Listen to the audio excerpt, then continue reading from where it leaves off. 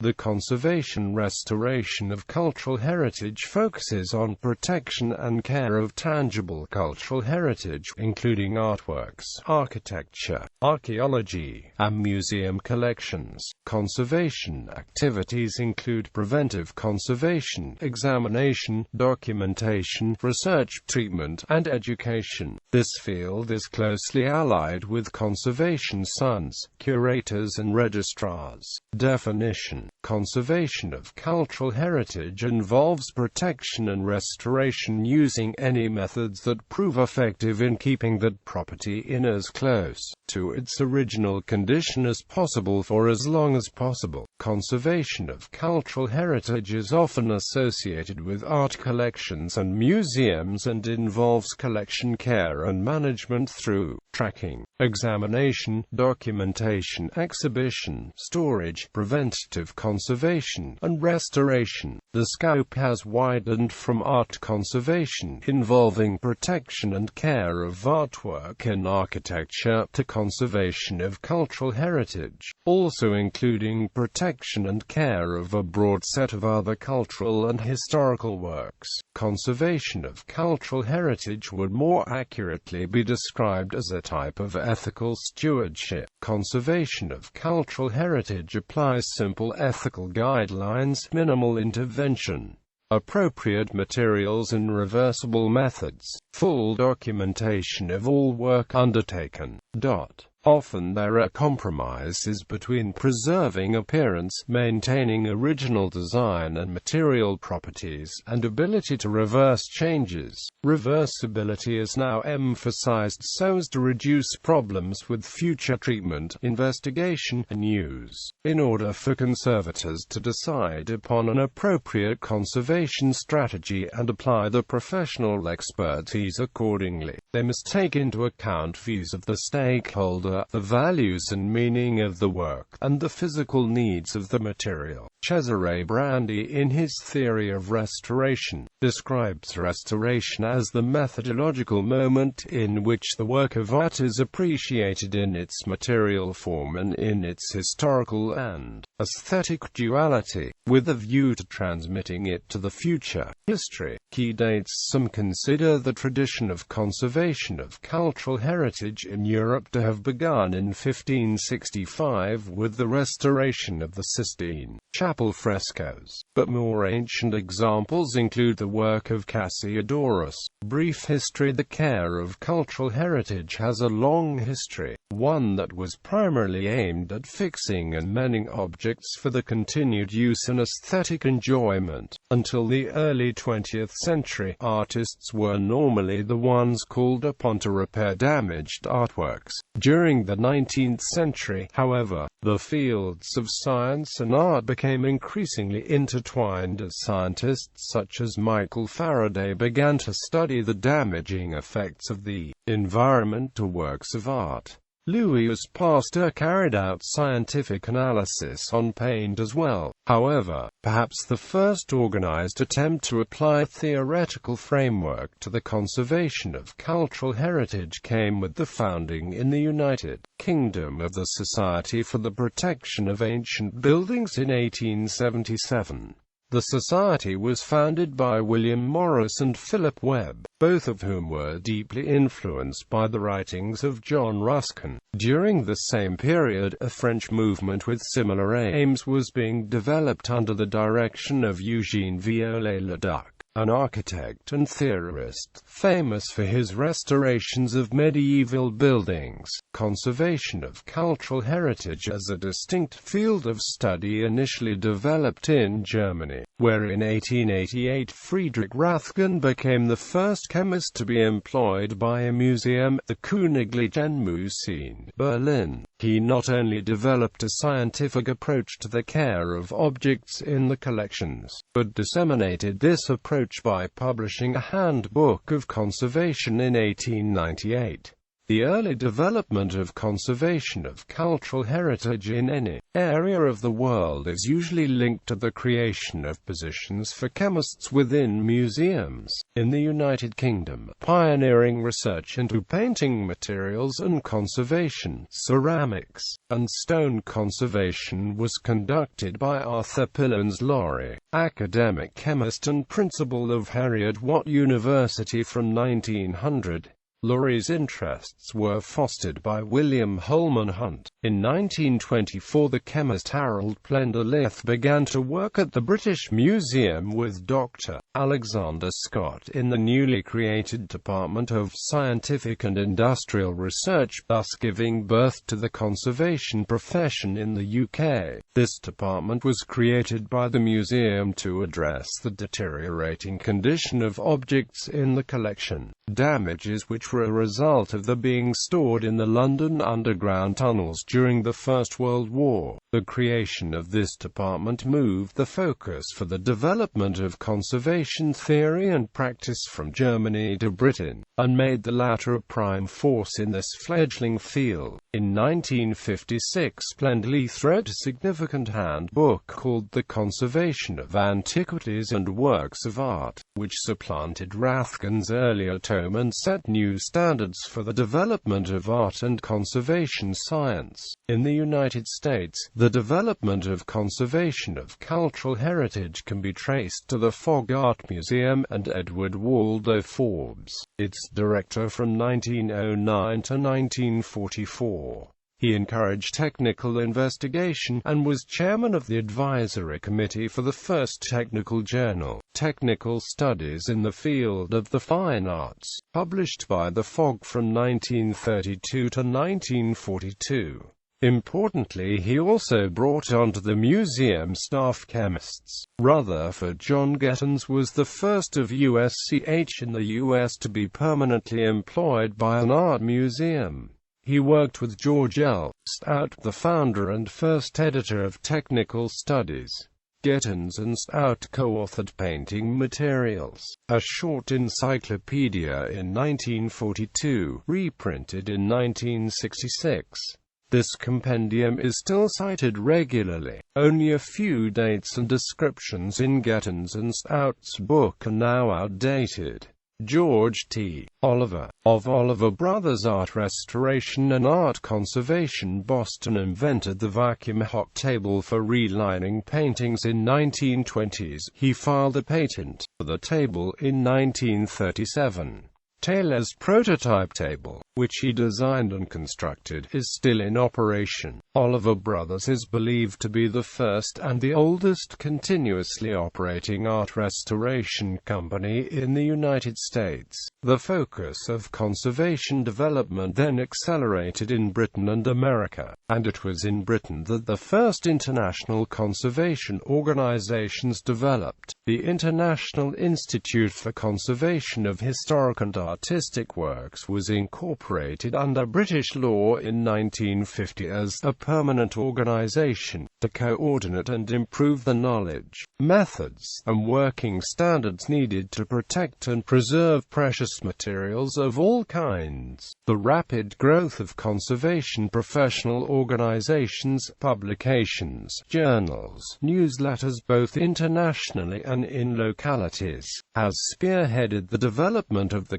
conservation profession, both practically and theoretically. Art historians and theorists such as Cesare Brandi have also played a significant role in developing conservation science theory. In recent years, ethical concerns have been at the forefront of developments in conservation. Most significantly has been the idea of preventive conservation. This concept is based in part on the pioneering work by Gary Thompson CBE, and his book The Museum Environment, first published in 1978.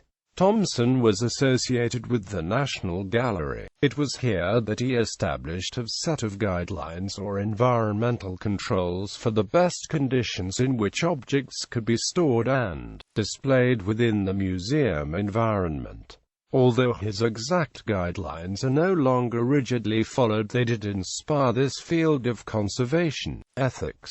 The conservator's work is guided by ethical standards.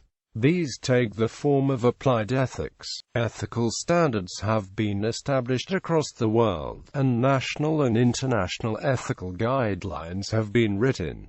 One such example is American Institute for Conservation Code of Ethics and Guidelines for Practice. Conservation Online's Ethical Issues in Conservation provides a number of articles on ethical issues in conservation, example of codes of ethics and guidelines for professional conduct in conservation and allied fields, and charters and treaties pertaining to ethical issues involving the preservation of cultural property, as well as standards of practice. Conservators deal with wider ethical concerns, such as the debates as to whether all art is worth preserving. Caring for cultural heritage. Collections care. Many cultural works are sensitive to environmental conditions such as temperature, humidity and exposure to light and ultraviolet light. They must be protected in a controlled environment where such variables are maintained within a range of damage-limiting levels. Shielding from sunlight of artifacts such as watercolor paintings, for example, is usually necessary to prevent fading of pigments. Collections care is an important element of museum policy. It is an essential responsibility of members of the museum profession to create and maintain a protective environment for the collections in their care, whether in store, on display, or in transit. A museum should carefully monitor the condition of collections to determine when an artifact requires conservation work and the services of a qualified conservator. Interventive conservation. Interventive conservation refers to any act by a conservator that involves a direct interaction between the conservator and the cultural material. These interventive treatments could involve cleaning, stabilizing, repair, or even replacement of parts of the original object. It is essential that the conservator should fully justify any such work.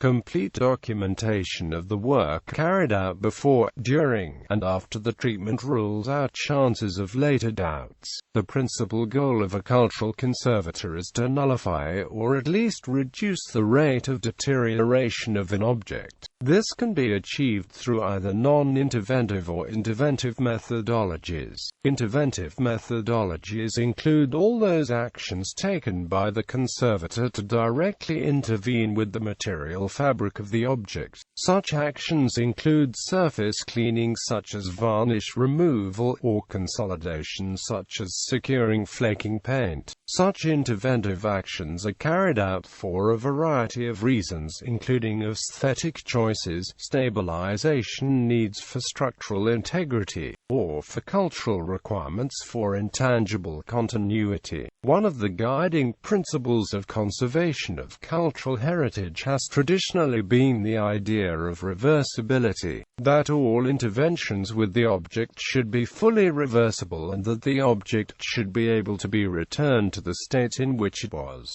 prior to the conservator's intervention. Although this concept remains a guiding principle of the profession, it has been widely critiqued within the conservation profession and is now considered by many to be a fuzzy concept. Another important principle of conservation is that all alterations should be well documented and should be clearly distinguishable from the original object. An example of a highly publicized interventive conservation act would be the conservation work conducted on the Sistine Chapel. The Conservation Laboratory. Conservators routinely use chemical and scientific analysis for the examination and treatment of cultural works. The modern conservation laboratory uses equipment such as microscopes, spectrometers, and various X-ray regime instruments to better understand objects and their components. The data thus collected helps in deciding the conservation treatments to be provided to the object.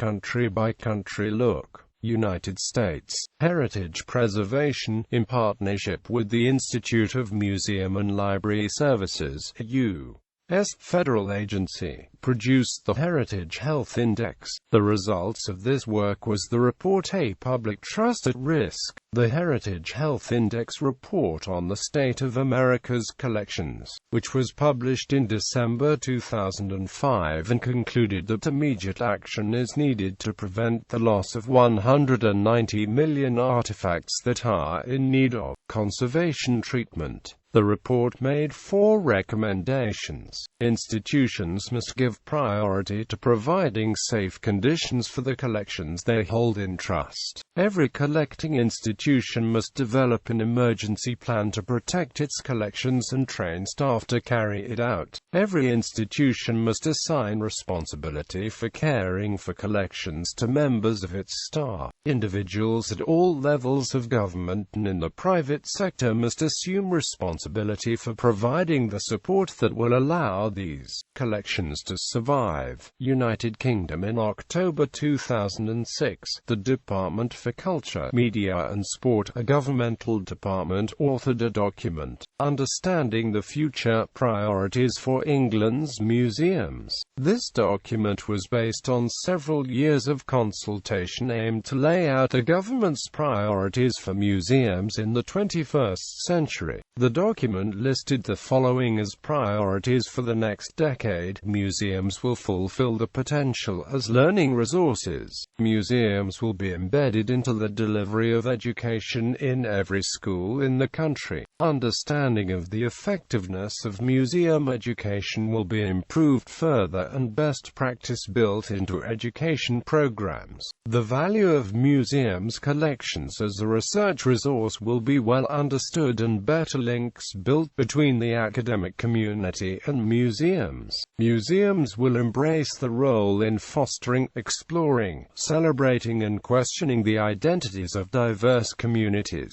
The sector needs to work with partners in academia and beyond to create an intellectual framework supporting museums' capacity to tackle issues of identity. The museum sector must continue to develop improved practical techniques for engaging communities of all sorts. Museums' collections will be more dynamic and better used. Government and the sector will find new ways to encourage museums to collect actively and strategically, especially the record of contemporary society. The sector will develop new collaborative approaches to sharing and developing collections and related expertise. Museums' workforces will be dynamic, highly skilled and representative. Museums' governing bodies and workforces will be representative of the communities they serve. Find more varied ways for a broader range of skills to come into museums.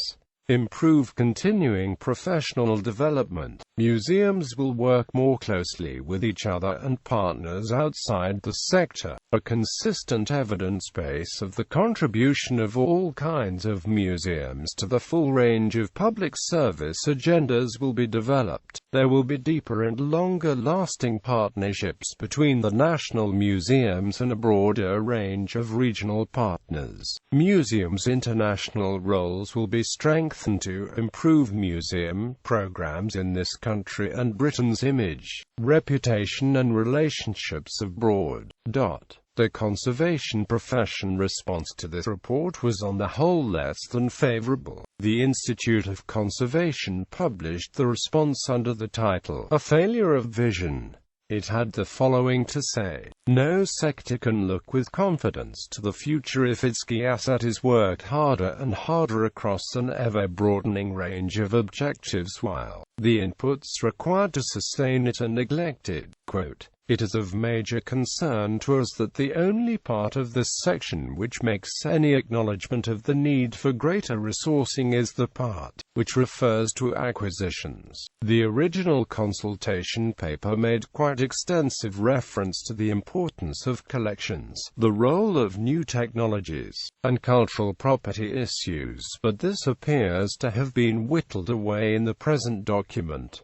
concluding, when asked by the Commons Culture, Media and Sport Elect Committee (CMS) Committee what he would like to see as a priority in the DCMS document, arising from the Understanding the Future consultation, Mr. McGregor responded, "I would like to see added the need to conserve and research the collections, so that the collections can really play the role across the whole of the United Kingdom that they should. So would we." Further to this, the ICON website summary report lists the following specific recommendations: a national survey to find out what the public want from museums, what motivates them to visit them and what makes for a rewarding visit, a review of survey results and prioritization of the various intrinsic, instrumental and institutional values to provide a clear basis for a 10-year strategy. HR consultants to be brought in from the commercial sector to review recruitment, career development and working practices in the national and regional museums. A commitment to examine the potential for using museum accreditation as a more effective driver for improving recruitment, diversity, and career development across the sector. DCMS to take full account of the eventual findings of the current Commons Select Committee inquiry into care of collections in the final version of this document, the adoption of those recommendations of the recent House of Lords inquiry into science and heritage which have a potential impact on the future of museums. In November 2008, the UK-based think tank Demos published an influential pamphlet entitled "It's a Material World, Caring for the Public Realm," in which they argue for integrating the public directly into efforts to conserve material culture, particularly that which is in the public. Their argument, as stated on page 16, demonstrates the belief that society can benefit from conservation as a paradigm as well as a profession. Conservators provide a paradigm not just for fixing things when they're broken, but for a wider social ethos of care, where we individually and collectively take responsibility and action. Training in conservation of cultural heritage for many years took the form of an apprenticeship, whereby an apprentice slowly developed the necessary skills to undertake the job. For some specializations within conservation this is still the case. However, it is more common in the field of conservation today that the training required to become a practicing conservator comes from a recognized university course in conservation of cultural heritage. The university can really provide all the necessary training in first-hand experience that an apprenticeship can, and therefore in addition to graduate-level training the profession also tends towards encouraging conservation students to spend time as an intern. Conservation of cultural heritage is an interdisciplinary field as conservators have backgrounds in the fine arts, sciences, and closely related disciplines, such as art history, archaeology, studio art, and anthropology. They also have design, fabrication, artistic, and other special skills necessarily for the practical application of that knowledge. Within the various schools that teach conservation of cultural heritage, the approach differs according to the educational and vocational system within the country, and the focus of the school itself. This is acknowledged by the American Institute for Conservation, who advise specific admission requirements differ and potential candidates are encouraged to contact the programs directly for details on prerequisites, application procedures, and program curriculum. Some U.S. universities that offer art conservation training and degrees include the University of Delaware and Buffalo State University. Associations and professional organizations. Societies devoted to the care of cultural heritage have been in existence around the world for many years. One early example is the founding in 1877 of the Society for the Protection of Ancient Buildings in Britain to protect the buildings built heritage. This society continues to be active today. The built heritage was also at the forefront of the growth of member-based organizations in the United States. For example, founded in 1889, the Richmond, Virginia-based Preservation Virginia was the United States' first statewide historic preservation group. In 2003, it changed its name to reflect its wider focus in statewide preservation issues. Today, professional conservators join and take part in the activities of numerous conservation associations and professional organizations with the wider field, and within their area of specialization, such as Isfahan City in Iran. These organizations exist to support the conservation professionals who preserve our cultural heritage. This involves upholding professional standards, promoting research and publications, providing educational opportunities, and fostering the exchange of knowledge among cultural conservators, allied professionals, and the public. International cultural heritage documents. Example of an archaeological discovery and restoration of a mural painting.